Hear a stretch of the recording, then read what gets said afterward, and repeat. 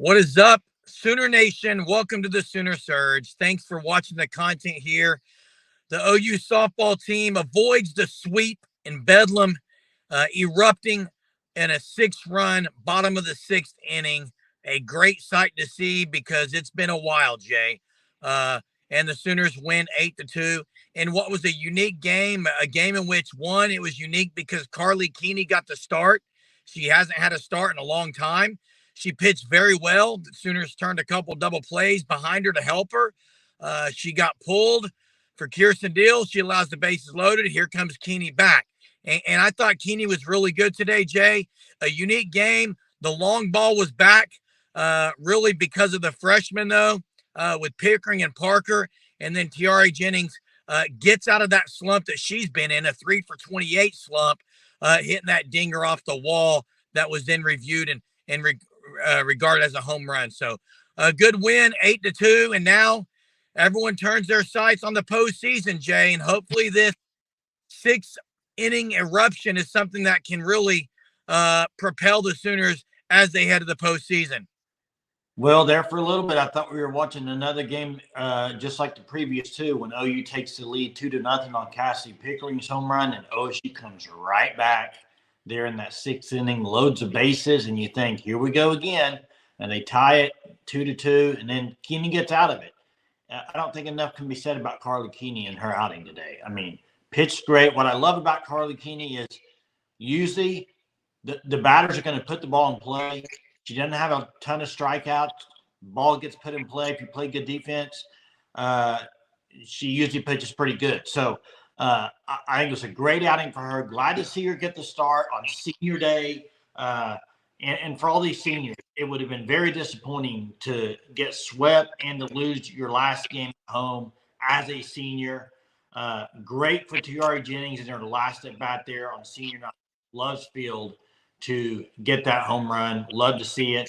You're right about the runs. Let's hope it carries over. I'm still gonna hold it because it was 1 inning. And leading up to that inning, you had the 1 hit from Pickering, but still not a whole lot to show for it today other than that inning. So hopefully maybe the tide has turned. Maybe they will start hitting the ball a lot better.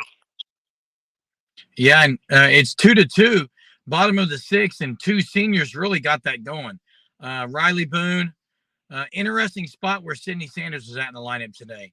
But you had Riley Boone and then Jada Coleman, getting that oppo base hit. And then you had, Parker really with the 3-run bomb straightaway center up in the Gasso Garden. But you mentioned Keeny, Jay. She was really good. She has the screwball. She has the drop pitch. She is going to, I think, be a very interesting piece as they go into the postseason because I think she could start more than she has for sure, or be a great reliever as they head to the postseason. I also mentioned Tiare Jennings had a great play at shortstop. Yeah. The defense all around today was really good, I thought. Yeah, great play by Tiare on the double play. Torres had a pretty good play. And so, yeah, defense was good. And it has to be with Keeny just because the ball's in play.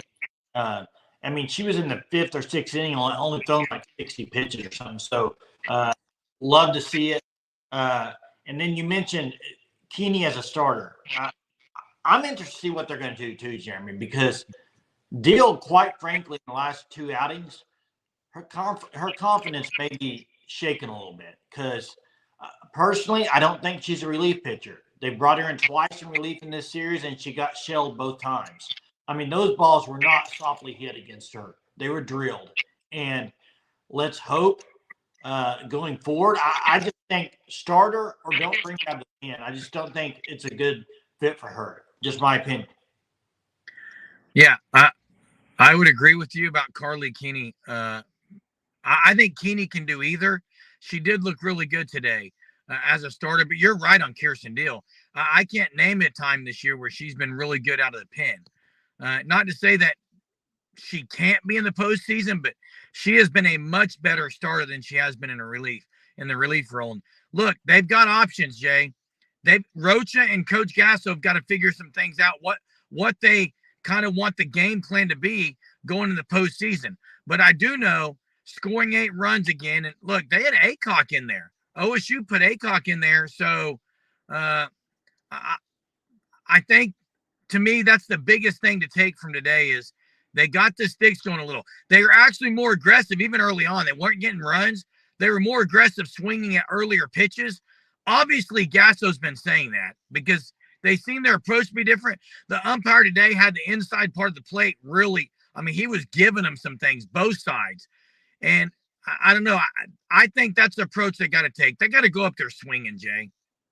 I agree. That's something we've talked about. The walks and just being patient is fine for some extent, but you got to be aggressive at the plate. I do think they were a little bit better at that.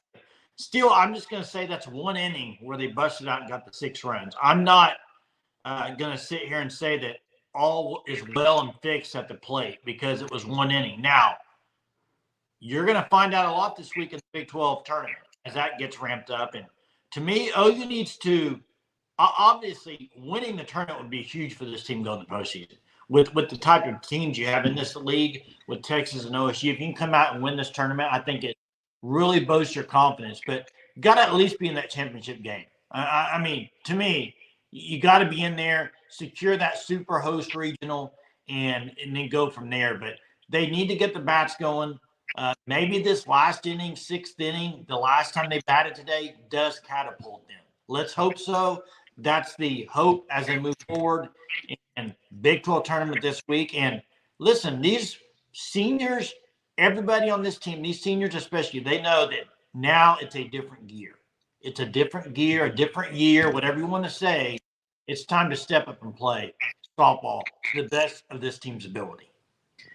Yeah, Coach Gasso alluded in the in-game interview with Holly Rowe that it was going to be tough to lose these seniors, and she actually said the phrase that it may be getting to them a little bit and playing with them in their mind, knowing that this is it. But you're right. I don't think it's championship game or bust in the Big 12. I think it's championship or bust. I think they need to go in there and win it and solidify themselves as the champion of the Big 12 and a national championship contender, because there's a lot of people right now saying that that's not going to happen this year.